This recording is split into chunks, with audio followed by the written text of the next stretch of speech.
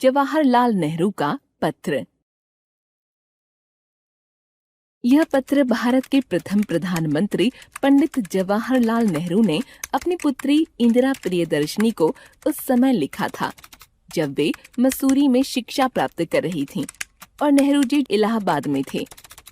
पिता के मार्गदर्शन ने बचपन से ही इंदिरा जी के व्यक्तित्व को बहुआयामी बना दिया था। भारत भूमि के प्रति लगाव, भारत के खेतीहर किसानों के प्रति आत्मीयता का भाव उनके मन में जगा दिया था। मुसीबत के समय हर एक छोटी सी चीज बहुत मायने रखती है। जवाहरलाल नेहरू।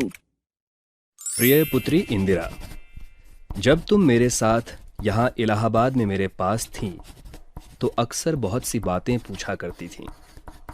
आज जब तुम मसूरी में हो और मैं इलाहाबाद में, हम दोनों आपस में बातचीत नहीं कर सकते हैं। तो मैंने यह निर्णय किया है कि मैं तुम्हें पत्र लिखकर इस दुनिया के देशों के बारे में छोटी छोटी कथाएं भेजूंगा।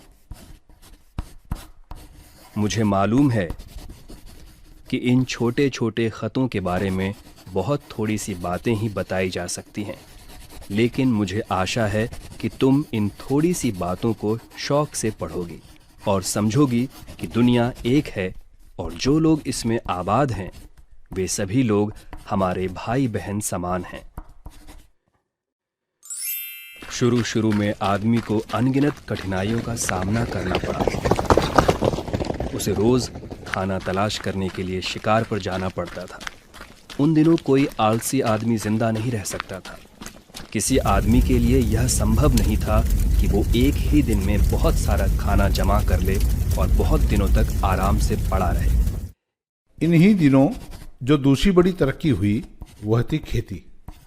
वास्तव में खेती क्या चीज है और बीज कैसे बोया जाता है, इसे समझने में आदिमानव को एक जमाना लग गया। तब जाकर उसने खेती करना शुरू किया। खेती शुरू हो जाने पर उसे आराम से खाना मिलने लगा। उसने आपस में मिलजुल कर काम करना सीखा। सबसे पहले पुरुषों और स्त्रियों के बीच काम का बंटवारा हुआ होगा। पुरुष खेतों में काम करते और शिकार पर जाते होंगे। स्त्रियां घर में रहकर बच्चों और पालतू पशुओं की निगरानी करती होंगी। खेती करने का दूसरा अच्छा नतीजा यह हुआ कि लोग गांव और कस्बों में आबाद होने लगे। खेती करने के पहले लोग शिकार की खोज में इधर उधर भटकते रहते थे। उन्हें अपनी गायों और बकरियों के लिए चरागाहों की भी आवश्यकता थी, इसलिए चरागाहों की खोज में भटकना पड़ता था। खेती प्रारंभ करके आदमी के जीवन का भटकाव धीरे धीरे कम होने लगा। खेती करते हुए उसकी जिंदगी आराम से कटने लगी। खेती से जमीन में खाद्य पदार्थ पैदा करना शिकार खेलने से कहीं ज्यादा आसान था। जमीन से इतना अनाज पैदा होता था जितना वे एक बार में नहीं खा सकते थे, इसलिए वे उसे हिफाजत से रखते थे। एक और मजे की बात सुनो, जब आदमी निपट शिकारी था तब वो कुछ जमा नहीं कर सकता था, परंतु खेती करते हुए वो फालतू अनाज जमा करना सीख गया। उस समय जिसके पास बहुत सी गायें, भेड़ें, ऊंट और अनाज होता था, लोग उसकी इज्जत करते थे। पुराने जमाने में लोगों की जिंदगी बहुत सीधी सादी थी। खेती के विकास और जीवन में ठहराव आ जाने से उन लोगों की जिंदगी पेचीदा होने लगी। खानदान, जातियां और सरदार या मुखिया बनने लगे। अक्सर जाति का सबसे बूढ़ा आदमी मुखिया चुना जाता था। ऐसा माना जाता था कि बूढ़ा होने के कारण वो सबसे ज्यादा तजुर्बेकार और होशियार है।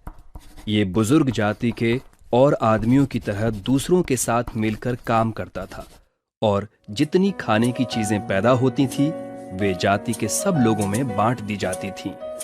हर एक चीज जाति की होती थी। आजकल की तरह ऐसा न होता था कि हर एक आदमी का अपना मकान और दूसरी चीजें अलग अलग हों। खेती से जितना अनाज उत्पन्न होता था उसे बराबर बराबर बांट लिया जाता था। जाति का बुजुर्ग या मुखिया ही इस बंटवारे का इंतजाम करता था। आशा है मेरे इस पत्र से तुम्हें आदि मानव के शिकार से हटकर खेती से जुड़ने का प्रसंग रोचक लगा होगा। अपने स्वास्थ्य का ध्यान रखना। अगले पत्र में मैं किसी अन्य विषय पर चर्चा करूंगा। आशीर्वाद सहित तुम्हारा पिता जवाहरलाल नेहरू।